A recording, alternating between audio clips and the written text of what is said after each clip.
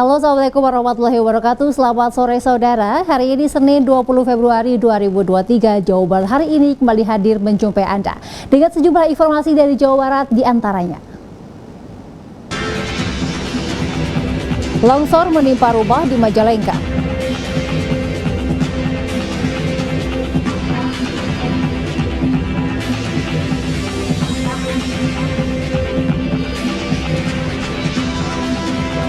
Tebing halaman sekolah longsor di Sumedang.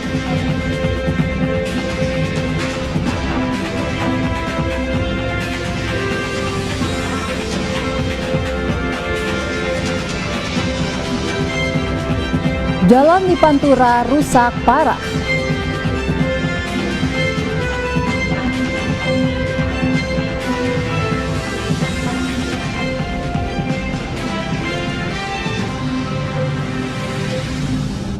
Selain berita tersebut, kami juga akan menyampaikan beragam informasi lain dari Jawa Barat bersama saya Hanifah Paramita. Inilah Jawa Barat hari ini selengkapnya.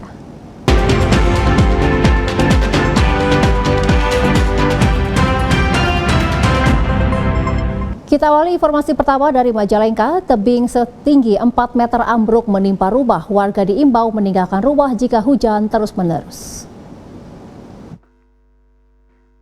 Intensitas hujan cukup deras melanda Kabupaten Majalengka Minggu malam, menyebabkan rumah milik Didin di Desa Nanggewer, Kecamatan Sukahaji, Kabupaten Majalengka tertimpa longsor. Tebing dengan ketinggian sekitar 4 meter longsor dan menimpa rumah, tembok bagian dapur dan juga tembok kamar jebol dihantam material longsoran. Beruntung, tidak sampai memakan korban jiwa dalam peristiwa tersebut, namun kerugian ditaksir puluhan juta rupiah. TNI Polri dan juga masyarakat mengevakuasi barang berharga dari reruntuhan tembok atau material longsor. Barang yang berada di dapur seperti sepeda hancur tertimpa tembok. Sementara pemilik rumah kini mengungsi karena takut ada longsor susulan. Pemilik rumah Didin mengaku hujan deras longsor menimpa rumah dan perabotan. Karena hujan deras sekali, terus ada tebing di belakang saya langsung tertimpa. Itu menimpa bagian apa itu, Pak? Ya. Itu menimpa bagian apa, Pak? Bagian dapur. Bagian dapur sama belakang. Warga diimbau meninggalkan rumah mengingat tebing labil dan rawan longsor. Edward Ruspendi, TVRI Jabar melaporkan. Selain merusak jembatan hingga ambruk, derasnya aliran sungai Cianda mengakibatkan tebing di lingkungan SD Negeri Neglasari, Desa Babakan Asam, Kecamatan Conggeang, Sumedang longsor.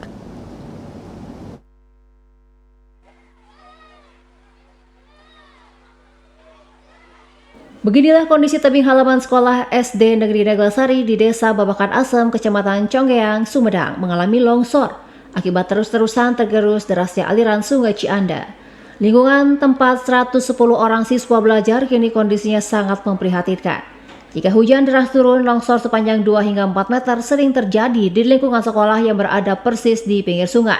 Parahnya, kondisi tersebut telah terjadi lama hingga seringkali membuat was-was para guru maupun siswa saat aktivitas belajar berlangsung. Meski telah dilaporkan, pihak sekolah hanya dapat menunggu datangnya bantuan berupa relokasi ataupun antisipasi terjadinya longsor susulan. Jadi sampai saat ini bangunan jembatan maupun sekolah ini menunggu uluran tangan, menunggu bantuan dari pemerintah, yaitu berupa apakah mau relokasi sekolah atau mau dipakai itu ya, tumpukan batu-batu itu ya. Sejauh ini pihak sekolah hanya mampu memasang jaring sebagai batas aman siswa saat olahraga maupun aktivitas lainnya. Para guru berharap adanya bantuan relokasi agar anak didiknya dapat belajar dengan aman. Dari Sumedang, Doni Irwandi, TVRI Jabar melaporkan. Infrastruktur jalan di Subang yakini masih banyak yang mengalami kerusakan, salah satunya seperti akses jalan penghubung di pelosok Pantura, Kecamatan Belanakan, Subang yang mengalami kerusakan parah. Jalan kabupaten yang berada di pelosok Pantura, Subang tersebut merupakan satu-satunya akses jalan warga Dusun Gangga yang menghubungkan ke ruas Jalan Raya Rawamenang. Namun kondisi jalan sepanjang 2 km di Desa Rawamenang, Kecamatan Belanakan jauh dari kata layak. Sejumlah warga mengaku kerusakan jalan ini sudah terjadi lebih dari 8 tahun. Menurut warga setempat, jalan ini merupakan satu-satunya akses jalan menuju ke pusat pelelangan ikan. Akibat kerusakan parah jalan tersebut, tak sedikit pengendara sepeda motor yang membawa ikan dari pelelangan untuk dijual terjatuh hingga ikan pada rusak dan harganya saat dijual pun menjadi murah. Pak, Saya kira berapa tahun sih ya, lama sih. lama ya. Ini harapan Bapak sebagai petambak gimana Pak? Diperbaiki, Ya, ini ya saya begitu ya memperbaiki. perbaiki ya. Iya. Oke. Nambah Sementara pihak desa Rawamendang mengaku telah melakukan berbagai upaya agar jalan penghubung desa menuju ke dusun Pelelangan Gangga untuk dilakukan perbaikan. Tahun lah jalan udah rusak ini kan, jadi rawan silakaan. Sedangkan yang bawa ikan kan aturan harganya segini, jadinya kan anjlok gitu. berapa kilo ini yang 2 kilo lah, ada 2 kilo. ini bagaimana dengan kondisi seperti ini? Membahayakan ke jalan ini Pak? Pasti membahayakan. Membahayakan. Ya harusnya mah cepet-cepet lah diperbaiki lah. Oke. Terkait kondisi jalan yang rusak, warga berharap pemerintah daerah Subang untuk segera memperbaiki jalan tersebut sebab jalan itu sangat vital untuk pertanian dan perikanan. Demikian Hari Ramadhani, TVRI Jabar melaporkan. Kami akan kembali dengan sejumlah informasi lain di antaranya. Kemenak datangi KBIH di Kabupaten Tasikmalaya.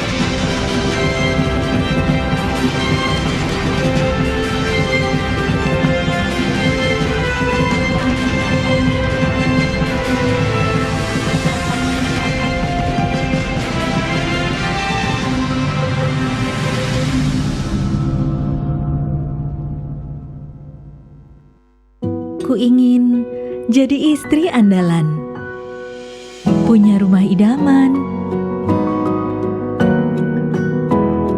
Saatnya merencanakan momongan dan sambut momen indah bersama andalan. Semakin lengkap dengan sahabat tersayang. Rencanakan masa depan keluarga dengan andalan. Andalan Pregnancy dan Ovulation Test Kit. Tepat, terpercaya.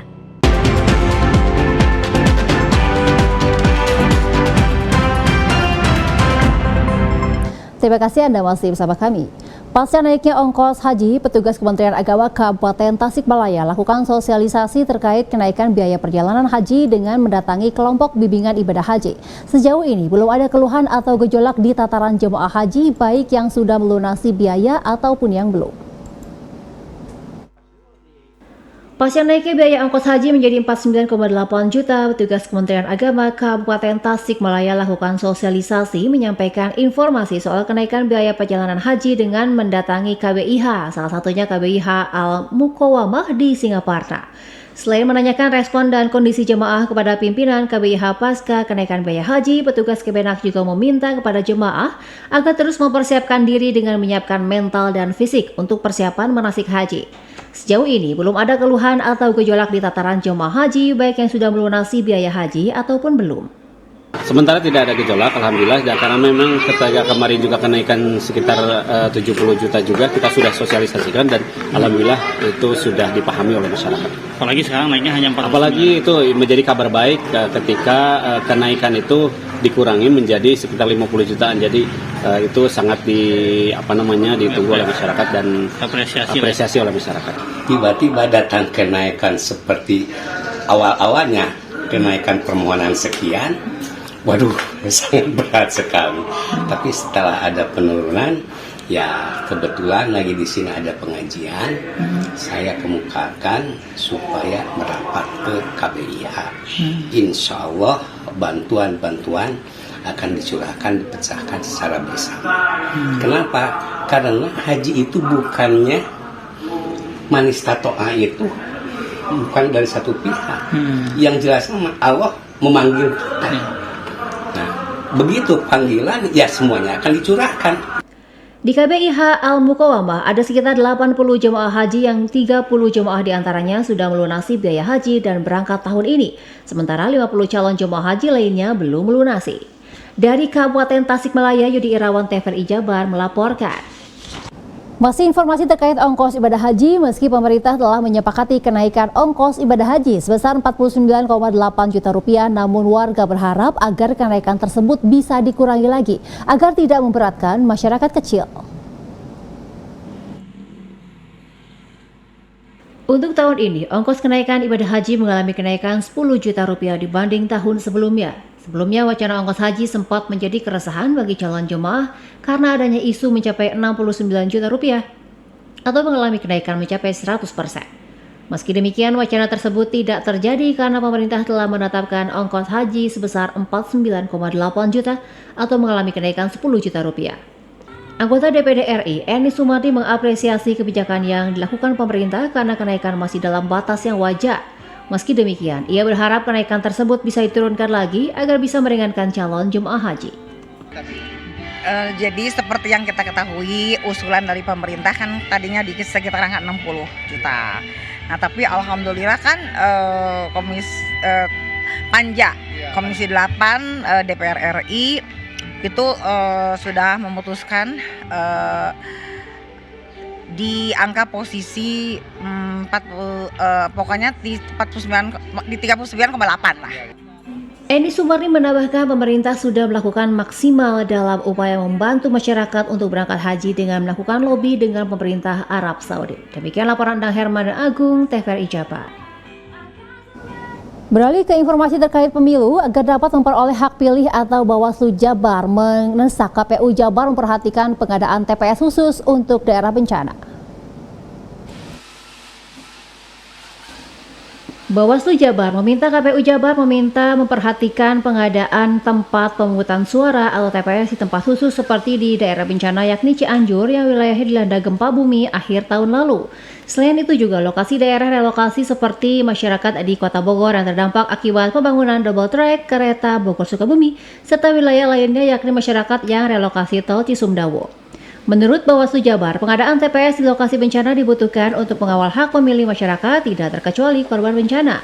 KPU Jabar didesak bersama-sama mencarikan solusi terhadap warga yang masih terdampak gempa bumi di Cianjur agar dapat memperoleh hak pilih. Terlebih masih banyak keluarga korban gempa bumi di Cianjur tersebut yang harus berpindah-pindah sementara waktu. Dan kita juga dari Bawaslu Jawa Barat juga memberikan perhatian lokasi khusus TPS untuk bencana alam seperti Cianjur.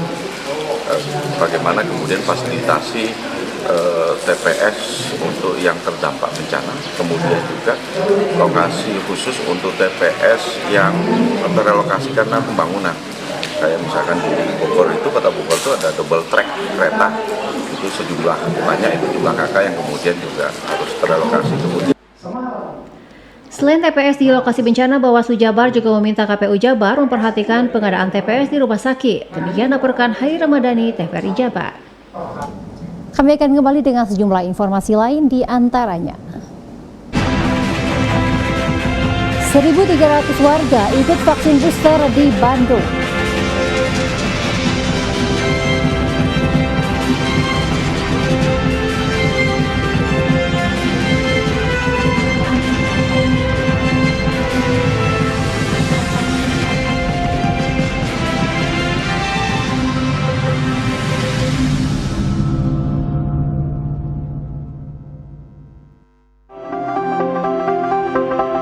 Semarak Bilangkala 36 tahun TVRI Jawa Barat. Mancing Mania. Fokus Group Discussion Produksi Film. Donor Darah. Tanam Pohon Citarum Harum. Tablik Akbar. Parade Wayang.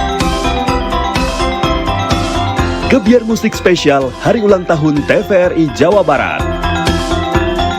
Fun Bike dan Aerobik. Mountain Bike Race. TVRI, media pemersatu bangsa.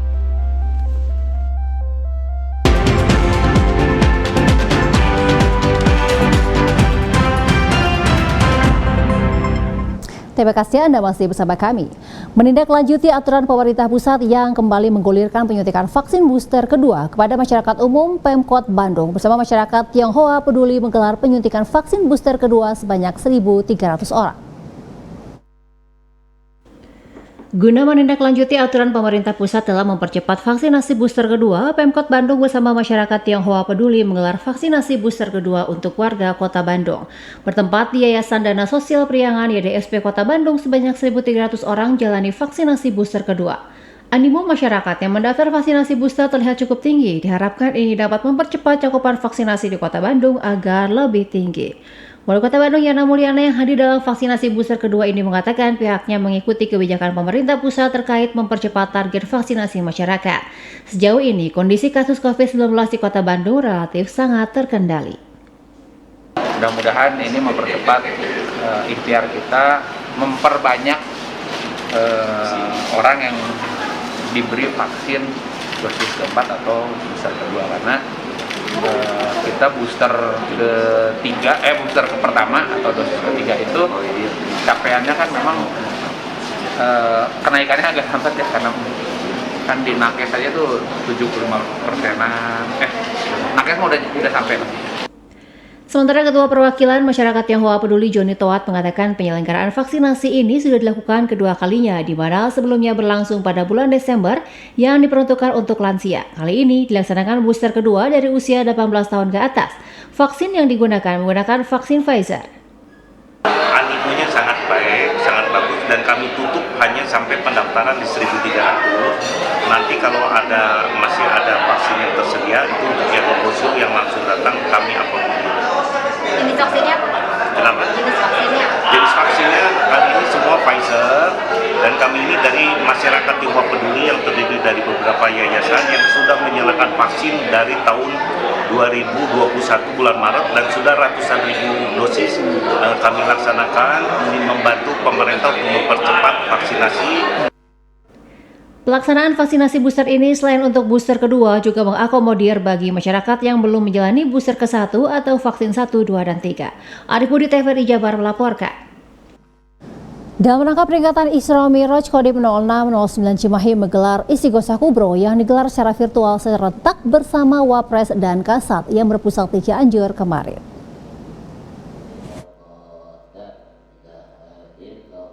Kodim 0609 Cimahi bersama Forkopimda Cimahi dan Kabupaten Bandung Barat bertempat di Masjid Kodim 0609 Kota Cimahi Minggu pagi menggelar Istighosah Kubro. Istighosah Kubro dilakukan secara virtual, disiarkan serentak dari Masjid Agung Cianjur bersama dengan Wapres Kiai Haji Ma'ruf Amin dan Kasat TNI AD Jenderal TNI Dudung Abdurrahman yang dilaksanakan di Masjid Cianjur. Dan di 0609 Letkol Infantri Haryonovana Andreas menyatakan Istighosah Kubro mengangkat tema dengan sholat membentuk karakter patriot NKRI yang tangguh, diharapkan keselamatan NKRI terus terjaga. Harapannya dengan adanya Istighosah ini, keselamatan negara, keselamatan bangsa ini dapat dijaga dengan baik. Kemudian dengan tema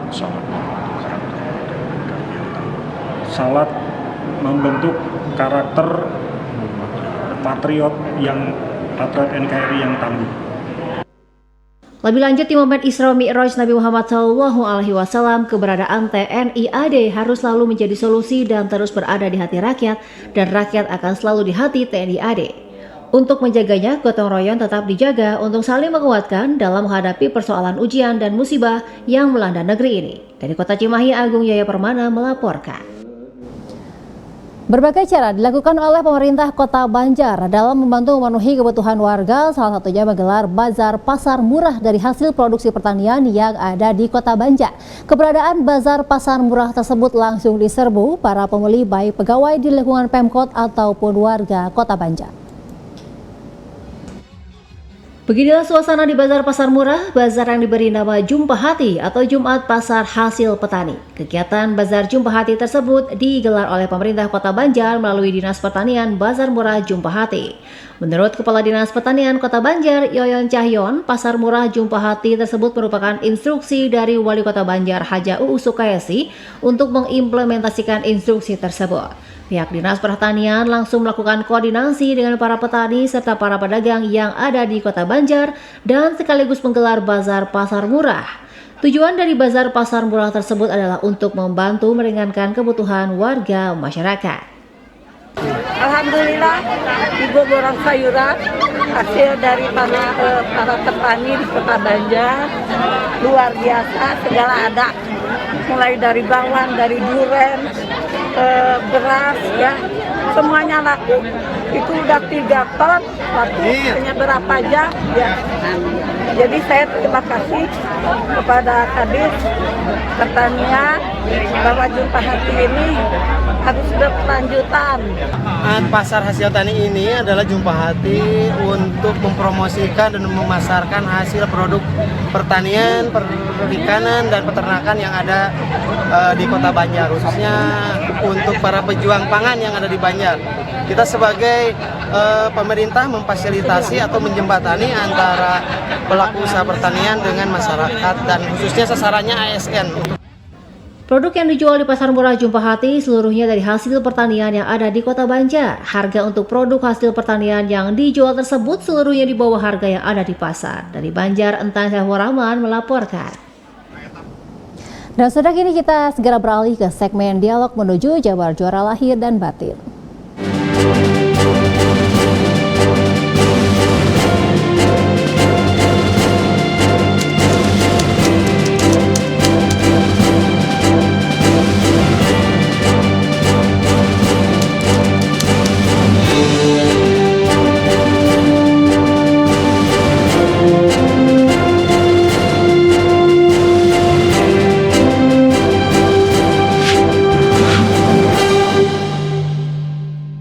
Dan pada kali ini kita akan membahas tema tentang penerapan bahasa ibu dalam pembelajaran kurikulum merdeka di Kota Banjar. Bersama Dr. Andus Haji Kaswat MPDI selaku Kepala Dinas Pendidikan dan Kebudayaan Kota Banjar. Assalamualaikum, selamat sore Pak Kadis. Waalaikumsalam warahmatullahi wabarakatuh, selamat sore Bu Hanifah. Kumaha Mang Pak Kadis? Alhamdulillah, Alhamdulillah ya Pak Kadis, ini mengenai pembelajaran kurikulum merdeka di Kota Banjar sejauh ini seperti apa nih penerapannya Pak? Terima kasih. Kurikulum merdeka di Kota Banjar mulai tahun ini sudah diberlakukan, tapi seluruhnya sekolah diberlakukan, tapi sudah ada 6 sekolah yang memberlakukan. Untuk tahun 2023-2024 Insya Allah seluruh sekolah di Kota Banjar akan menerapkan kurikulum merdeka.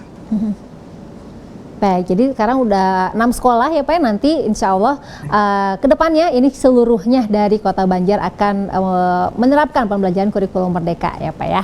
Baik Pak Kadis, ini besok kan kita memperingati Hari Bahasa Ibu Internasional ya, dan tema kita kali ini juga tentang penerapan bahasa ibu dalam pembelajaran kurikulum merdeka di Kota Banjar. Sejauh ini dalam hal penerapan bahasa daerah ya dalam kurikulum merdeka sendiri di Kota Banjar seperti apa nih Pak Kadis? Ya, terima kasih. Di Kota Banjar untuk kurikulum merdeka itu sudah diberikan pelajaran bahasa ibu atau bahasa Sunda. Ini dalam kurikulum merdeka dan muatan lokal. Di Banjar ini untuk pembelajarannya setiap minggu itu ada 2 jam pelajaran, tapi juga sudah mempunyai perwal nomor 65 tahun 2022 tentang Mibanda. Mibanda mitutur bahasa Sunda. Di samping pembelajaran di kelas yaitu 2 jam mata pelajaran per minggu, setiap hari Kamis itu ada Kamis Nyunda. Jadi Kamis setiap siswa guru harus menggunakan bahasa Sunda. Di samping menggunakan bahasa Sunda juga memakai adat Sunda. Pakaian untuk laki-laki ada pangsi dan untuk perempuan atau untuk wanita memakai kebaya. Ini kami sudah berlakukan memulai tahun pembelajaran 2023. Alhamdulillah dengan adanya Mibanda ini penguatan muatan lokal bahasa Sunda dan untuk penguatan karakter kelihatan lebih bagus. Baik, ini selalu ada hari Kamis ya Pak ya, ada Kamis Sunda ya, dari bahasa harus berbahasa Sunda, guru dan muridnya, kemudian juga memakai baju pakaian adat Sunda juga gitu ya Pak Kadis ya. Terus baik gurunya memakai bahasa Sunda, kemudian siswa juga memakai bahasa Sunda, baik untuk dalam pelajaran maupun dalam kegiatan di luar belajar pelajaran, semuanya memakai bahasa Sunda. Bahasa Sunda gitu ya, oke. Pak Kadis, ini kalau melihat antusiasme nih dari siswanya sendiri, ini kan siswa SD sampai SMA ya Pak ya, memakai Kami Sunda ini Pak, atau hanya SD saja? Kita mulai PAUD nih, mulai pendidikan anak usia dini, PAUD, SD, SMA. Kalau SMA dan SMK kan sudah menjadi tanggung jawab pemerintah provinsi. Jadi kalau yang menjadi tanggung jawab pemerintah kabupaten kota adalah mulai dari PAUD, TK, kemudian SD, SMP, semuanya udah mulai dari PAUD sampai dengan SMP, kita sudah menggunakan bahasa Sunda setiap hari Kamis. Kamis ya, PAUD sampai SMP. Nah, kalau Pak Kadis sendiri nih melihat antusiasme atau tanggapan mungkin dari siswa dan juga orang tua mengenai program ini sendiri seperti apa nih Pak Kadis? Ya, terima kasih. Orang tua juga menyambut baik, kemudian para guru, kemudian siswa juga, karena dia punya kebanggaan ya. Kita punya kebanggaan memakai pakaian Sunda, adat Sunda, kemudian bahasa Sunda juga diperdalam sehingga bisa menggunakan bahasa Sunda yang baik dan benar. Nah, mereka kan juga bisa mengekspresikan diri sendirinya, bagaimana memakai pakaian Sunda, laki-laki pangsi, kelihatannya cakep begitu. Bagi yang perempuan memakai kebaya kelihatan sangat cantik begitu. Jadi mencerminkan dan kita menerapkan budaya daerah harus menjadi kebanggaan kita semua.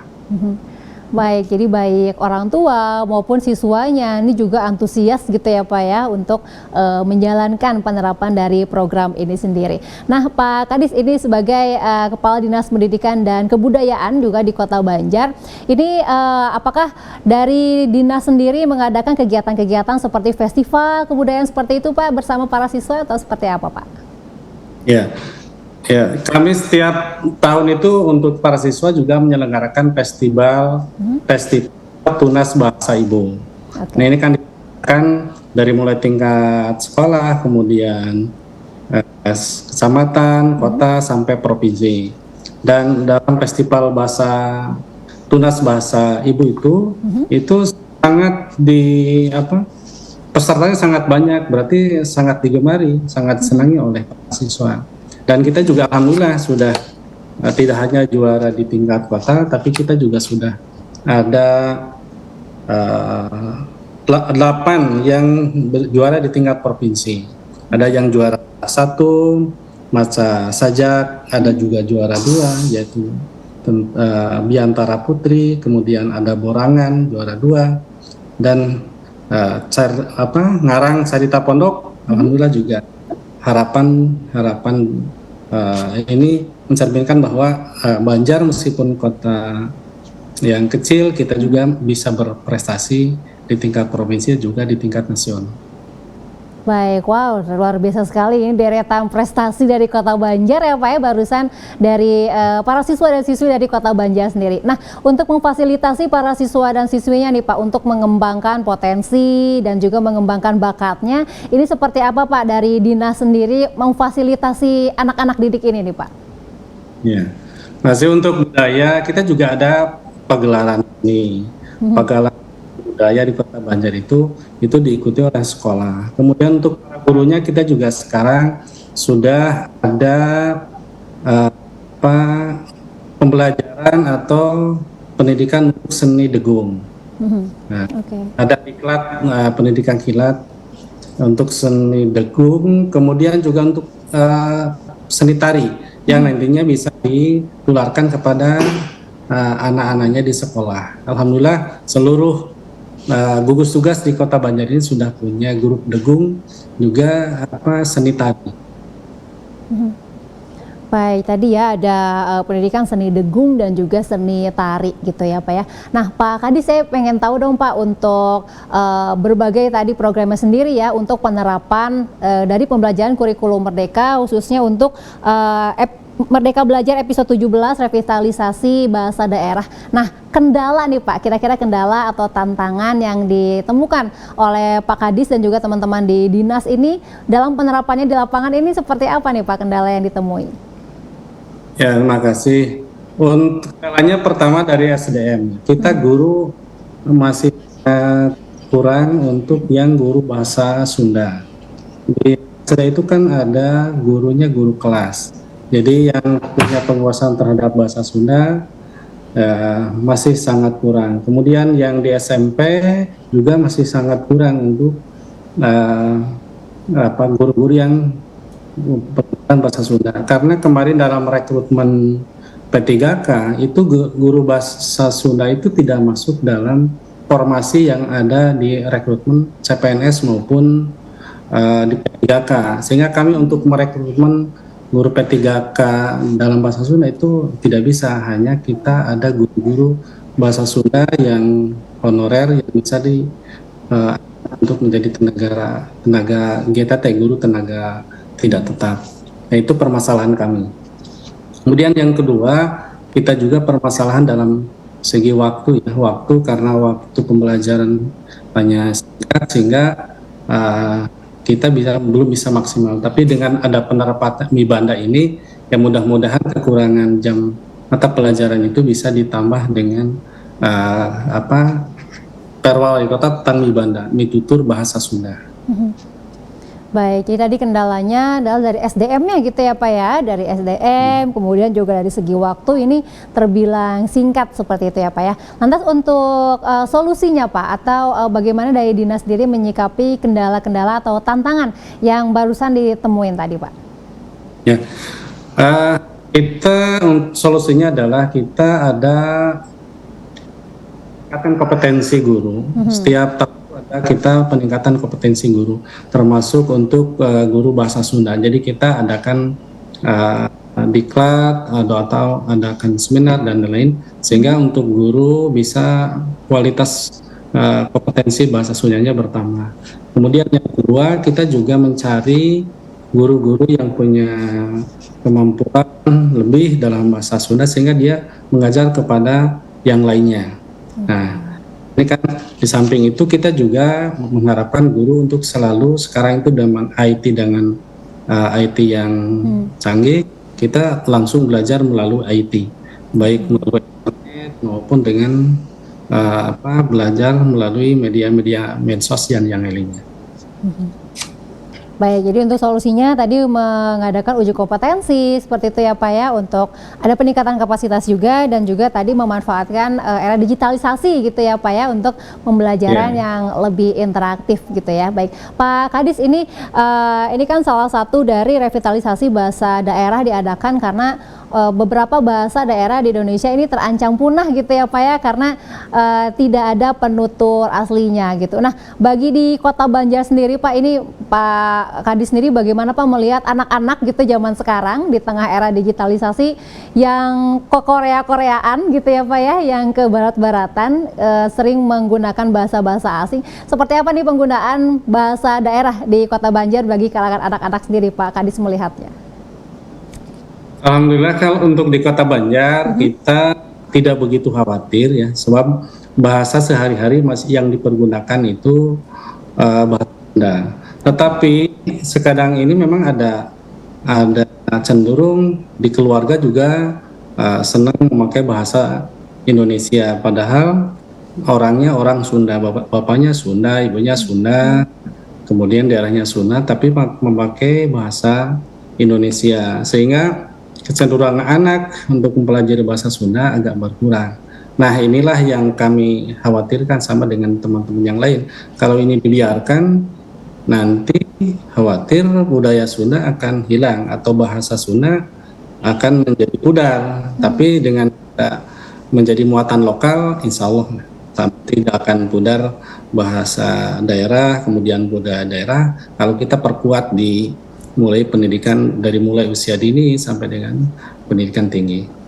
Baik, berarti bersinergi antara di sekolah dan juga di keluarga gitu ya Pak ya, sama-sama tetap memelihara dengan cara penggunaan bahasa daerah gitu ya di rumahnya. Baik, Pak Kadis, ini terakhir pertanyaannya Pak, untuk Pak Kadis sendiri harapannya nih Pak, harapan Bapak terkait partisipasi dari masyarakat, baik dari orang tua maupun juga dari masyarakat nih Pak, untuk sama-sama berpartisipasi untuk menerapkan bahasa ibu dalam pembelajaran di Kota Banjar. Seperti apa Mangga Bapak? Terima kasih. Harapan kami bahasa Sunda itu sekarang semakin digalakan, semakin diperdalam, dan juga diperkuat dari sisi regulasi di pemerintah. Misalkan dari pemerintah provinsi untuk menerapkan bahasa Sunda dan budaya daerah itu diperkuat dengan regulasi. Kami juga di Banjar, alhamdulillah sudah ada peraturan wali kota tentang ditutur bahasa Sunda. Nah, kalau semuanya terdorong, kemudian juga sastra Sunda diperkuat dan lomba-lomba tentang budaya Sunda itu diperbanyak. Saya kira insya Allah akan mendorong anak-anak Indonesia dan juga masyarakat untuk lebih memperdalam budaya sendiri atau budaya Sunda. Kalau ini tidak dilakukan, saya juga khawatir. Tapi kalau ini diperkuat, perlu lomba-lomba tentang sastra Sunda diperkuat, kemudian regulasi tentang penguatan budaya dan bahasa kita diperkuat, saya kira insya Allah budaya Sunda atau bahasa Sunda tidak akan punah. Baik, perlu ada sinergi bersama-sama dan berkolaborasi gitu ya Pak ya, antar sektor dan juga tadi termasuk salah satunya dari akademisi, khususnya dari teman-teman di pendidikan sastra Sunda ya. Baik, hatur nuhun sudah bergabung bersama kami. Ini Bapak Dr. Andes Haji Kaswat, MPDI selaku Kepala Dinas Pendidikan dan Kebudayaan Kota Banjar di Jawa Barat hari ini. Bapak, wassalamualaikum warahmatullahi wabarakatuh. Bapak, hatur nuhun wilujeng sonten. Waalaikumsalam warahmatullahi wabarakatuh. Sami hatur nuhun, Bu Hanifah. Baik, pemirsa, beberapa informasi lain akan kami hadirkan untuk Anda saat lagi, di antaranya. PMI dan Bentani ajak donor darah di Cirebon.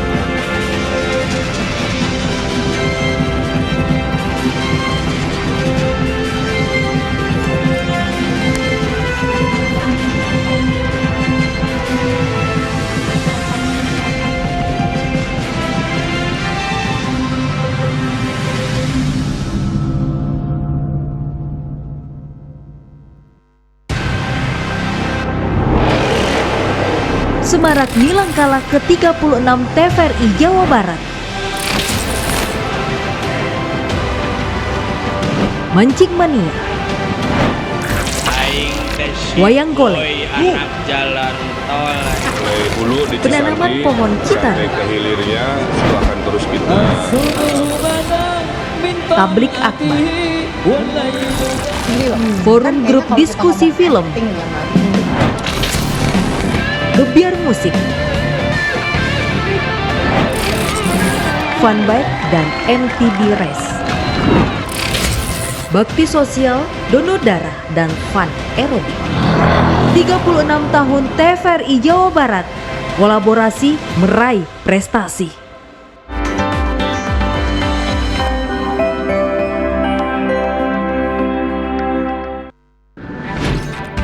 Halo semuanya, aku Modi, maskot TV Digital Indonesia. Aku akan membantu semua orang menuju migrasi TV digital. Di mana? Di siarandigital.id dan call center 159. Ayo semuanya, dukung migrasi TV digital. Bersih gambarnya, jernih suaranya, dan canggih teknologinya.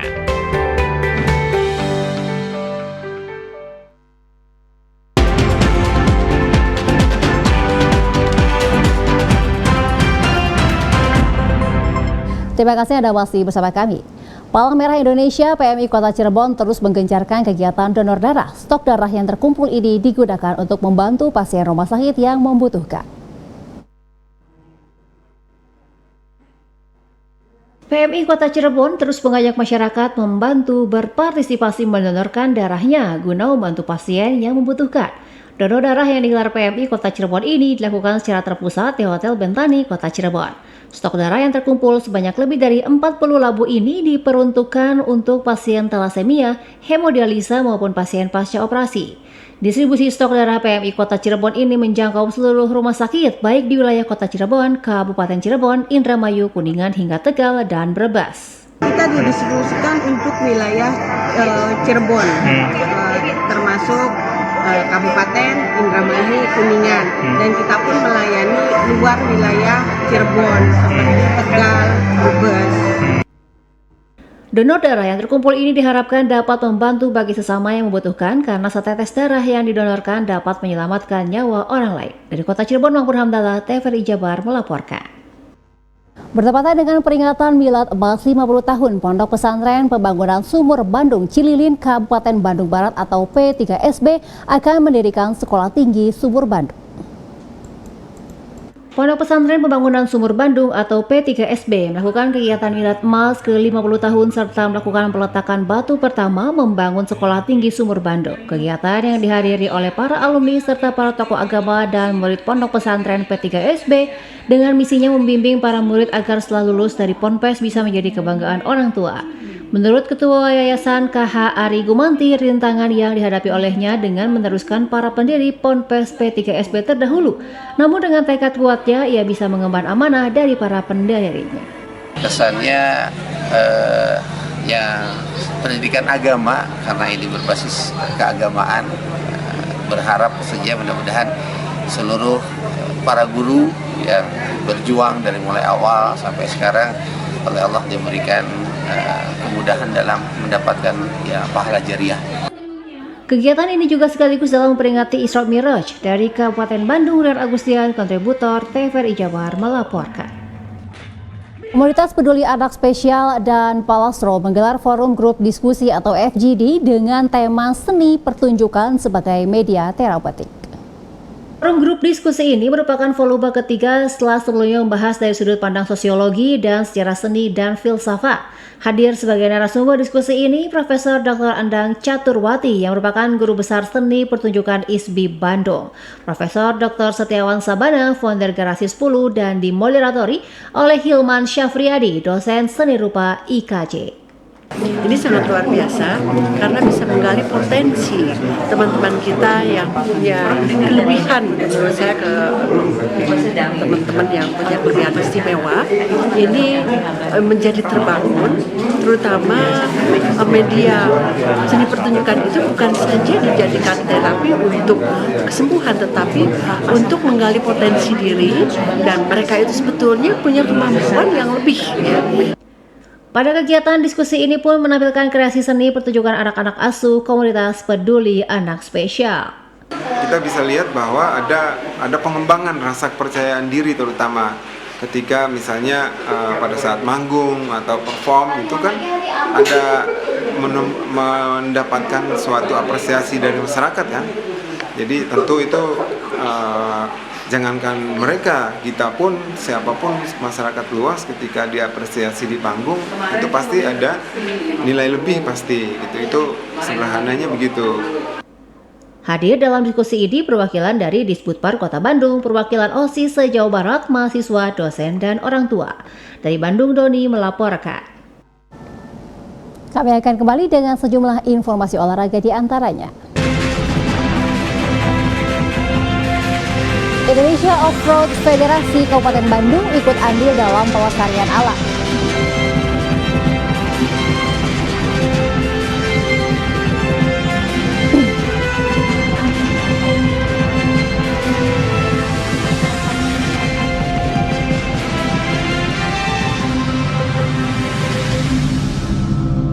Anda masih bersama kami. Indonesia Off-Road Federasi atau IOF Pencap Kabupaten Bandung menggelar misi melestarikan alam khususnya di wilayah Kabupaten Bandung.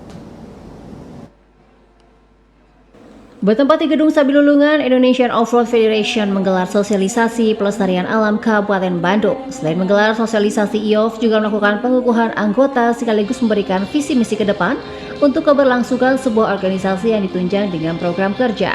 Seluruh anggota IOF di Kabupaten Bandung berkeinginan bersinergi dengan pemerintah Kabupaten Bandung, khususnya Dinas Lingkungan Hidup untuk selalu bisa menjaga kearifan lokal yang di Kabupaten serta menjaga kelestarian alam yang ada di Kabupaten Bandung.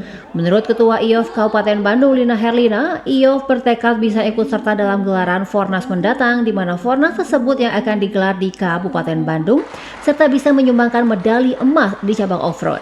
Sebagai Pencap Kabupaten Bandung, yang mana ini salah satu induk organisasi dari Kormi. Komite Olahraga Rekreasi Masyarakat di Indonesia. Nah, salah satu olahraga ini kita sangat support, yang mana istilahnya off-roader ya. off-roader kalau di Kabupaten Bandung ini sebetulnya terbanyak. Pihaknya berharap semua anggota bisa menjadikan IOF ini untuk ikut serta menjaga kelestarian alam dan menjadi off-roader yang berkualitas. Rian Agustian, kontributor TVRI Jabar melaporkan. Masih seputar informasi olahraga, kepengurusan KONI Provinsi Jawa Barat di bawah kepemimpinan Muhammad Budiana hari Selasa mendatang akan dilantik oleh Ketua Umum KONI Pusat Marciado Norman. Upacara pelantikan rencananya digelar di Gedung Sate Kota Bandung dan dihadiri langsung oleh Gubernur Jawa Barat Ridwan Kamil.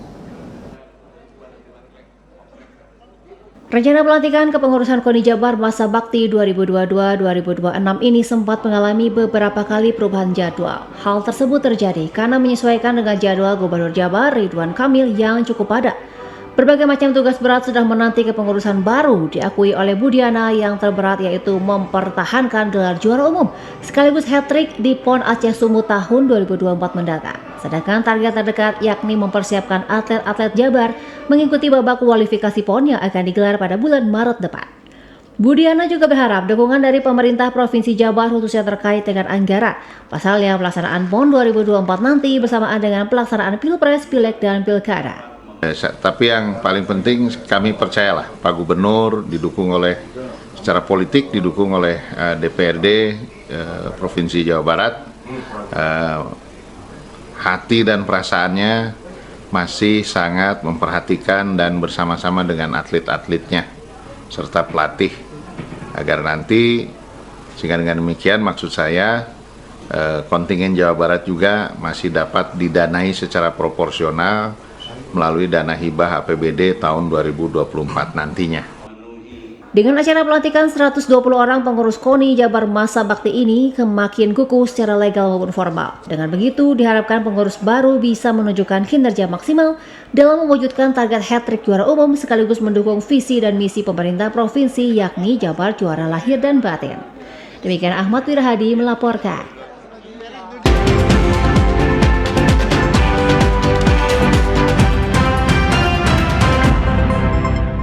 Dan saudara, kini kita segera beralih ke segmen berita viral, di mana pada hari ini tim redaksi kami kali ini telah mengangkat berita viral mengenai pisang goreng yang menjadi dessert atau makanan pencuci mulut terbaik sedunia.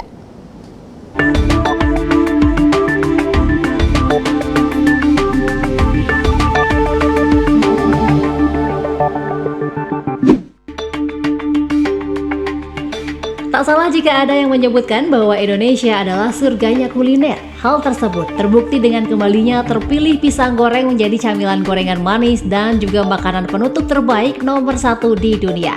Peringkat dessert terbaik itu baru saja dirilis oleh Tes Atlas melalui laman resmi serta media sosialnya.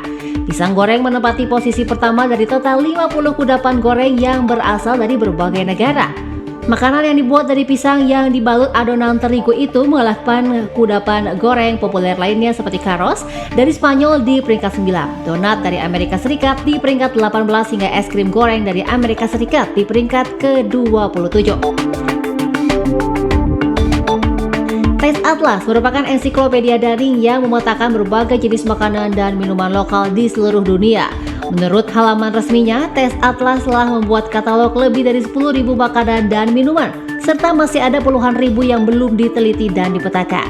Tes Atlas mengandalkan ulasan dari ahli gastronomi, alih-alih ulasan berupa komentar anonim oleh pengguna. Untuk pisang goreng, Tes Atlas memberikan peringkat 4,6.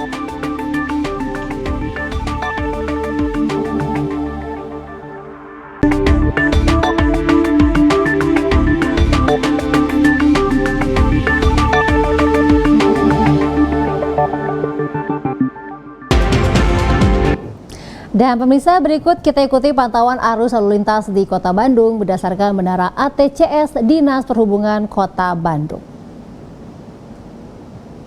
Ya, ini seperti terlihat di layar televisi ada 4 titik lalu lintas di Kota Bandung. Yang pertama adalah Simpang Dr. Junjunan Tol Paster, kemudian juga Simpang Dago Cikapayang, kemudian kamera ketiga ada Simpang Cokro Aminoto, serta Simpang Pasir Kaliki Cokro Aminoto. Ya, untuk kamera yang pertama ini adalah pantauan arus lalu lintas di Simpang Dr. Junjunan dan juga Tol Pasteur. Ini kamera telah mengarah ke arah Jalan Surya Sumantri. Di sini arah kendaraan yang datang dari Jalan Surya Sumantri terlihat lengang, namun sebaliknya ini dari Jalan Dr. Junjunan yang baru saja turun dari Jembatan Pasupati terlihat padat merayap di sebelah sini, tepatnya di depan pusat perbelanjaan di Bandung Trade Center. Kemudian dari arah sebaliknya, namun ini terlihat ramai lancar. Begitupun arus kendaraan dari arah Tol Pasteur maupun arus kendaraan yang mengarah dari Jalan Surya Sumantri akan memasuki Jalan Dr. Junjunan. Sementara untuk pantauan cuaca di wilayah ini masih terlihat cerah seperti itu, namun agak mendung, sehingga bagi Anda yang akan menuju ke arah daerah sini diharapkan untuk berhati-hati karena hujan bisa saja turun sewaktu-waktu. Dan tadi sebelumnya juga dari arah pantauan Jalan Gunung Batu yang akan memasuki wilayah Dr. Junjunan juga tadi terlihat ramai lancar. Namun memang di daerah ini kepadatan terfokus di Jalan Dr. Junjunan, tepatnya setelah turun dari maksud kami dari Jembatan Pasupati yang akan memasuki wilayah gerbang Tol Pasteur.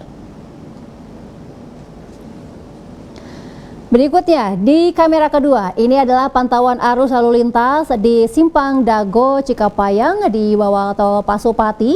Terlihat arus kendaraan seperti itu yang mengarah dari Jalan Dago atas atau dari arah Taman Sari. Ini terlihat ramai lancar, begitupun pengadaan yang mengarah dari Jalan Dago Bawah atau dari Jalan Diponegoro serta Sulanjana dan sekitarnya terlihat ramai lancar. Arus kendaraan yang melintas di daerah ini juga terlihat memacu kendaraannya dengan agak cukup kencang, sementara dari arah Gasibu yang akan memasuki wilayah Jalan Dago dan juga Jalan Taman Sari ini terlihat ramai lancar. Sementara dari arah Jalan Taman Sari yang akan memasuki wilayah Gasibu ini terlihat lengang. Sementara cuaca di daerah ini masih terlihat cerah. Berikutnya adalah kamera ketiga, ini adalah Simpang Cokro Aminoto atau di depan pusat perbelanjaan Istana Plaza atau juga di depan Living Plaza. Arus kendaraan yang mengarah ini dari arah Jalan Pajajaran arah Garuda yang akan memasuki wilayah Jalan Pajajaran arah Jalan Cicendo terlihat ramai lancar. Arus kendaraan juga terlihat tertib di daerah ini. Namun kelanjutnya untuk dari Jalan Pasir Kaliki yang satu arah menuju ke Jalan Pasir Kaliki dua arah atau arah Jalan Sukajadi ini terlihat ramai lancar. Namun dari arah sebaliknya terlihat agak lengang seperti itu. Tidak tampak ada kemacetan yang berarti di daerah sini karena biasanya pada jam-jam sibuk seperti jam pulang kantor atau jam pulang sekolah terjadi adanya kepadatan, namun saat ini di wilayah tersebut kendaraan memacu kecepatannya secara konstan, tidak ada kecepatan yang tinggi dan kepadatan juga tidak ada di daerah sini, namun tetap terpantau ramai lancar. Cuaca di daerah sini juga terlihat cukup cerah, tidak ada tanda-tanda akan turun hujan. Dan ini adalah kamera keempat, yakni Simpang Pasir Kaliki Cokro Aminoto, tepatnya di depan Rumah Sakit Hasan Sadikin dan juga di depan Puskesmas Pasir Kaliki. Arah kendaraan yang mengarah dari Jalan Cipaganti ini terlihat ramai lancar dan terlihat adanya peningkatan jumlah kendaraan yang akan memasuki wilayah Jalan Dr. Junjunan atau juga di Jalan Sukajadi. Terlihat arus kendaraan yang mengarah di sini terlihat cukup kencang seperti itu di arah ke Jalan Tol Pasteur. Sementara untuk kendaraan yang akan mengarah ke Jalan Sukajadi terlihat kendaraan tidak begitu ramai namun tetap ramai lancar. Begitupun arus kendaraan yang mengarah dari Jalan Sukajadi yang akan memasuki wilayah Jalan Cipaganti atau ke arah Jalan Cihampelas atau juga ke Jembatan Pasupati. Di sini terlihat ramai lancar. Untuk cuaca di daerah sini juga terlihat masih cukup cerah, tidak ada tanda-tanda mendung atau akan turun hujan. Bagi Anda yang akan memasuki wilayah ini sesaat lagi, juga diharapkan untuk berhati-hati, namun tetap diharapkan untuk berhati-hati karena hujan bisa saja turun sewaktu-waktu. Dan juga bagi Anda yang akan memasuki wilayah persimpangan Pasir Kaliki Cokro Aminoto di sini diharapkan untuk tetap memacu kendaraan dengan kecepatan yang konstan, tidak terlalu tinggi, mengingat di sini banyak sekali anak sekolah atau juga pasien dari Rumah Sakit Hasan Sadikin yang menyeberang, sehingga diharapkan untuk berhati-hati untuk bisa menjaga keselamatan bersama-sama.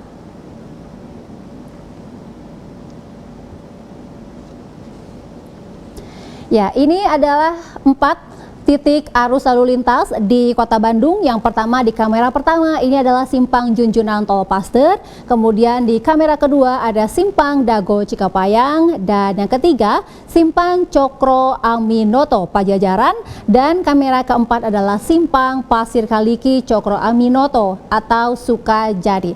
Terlihat dari 4 titik tersebut juga ini cuaca cukup cerah, namun diharapkan Anda tetap berhati-hati pemirsa, karena cuaca ini saat ini sedang dinamis, tidak bisa ditebak kapan turun hujan atau kapan panas. Dan untuk mengikuti perakiraan cuaca untuk esok hari, hari Selasa 21 Februari 2023, berikut kami berikan informasi perakiraan cuaca yang diterima dari Badan Meteorologi, Klimatologi, Geofisika BMKG.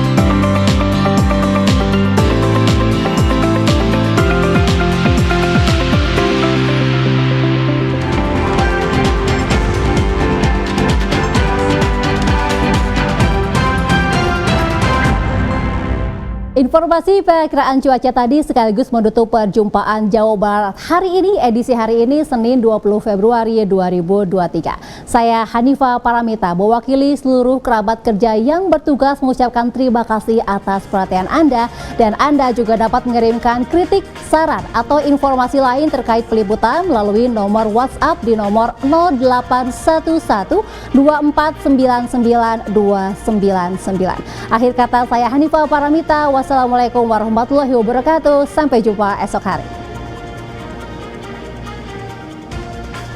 Wow, pas ya.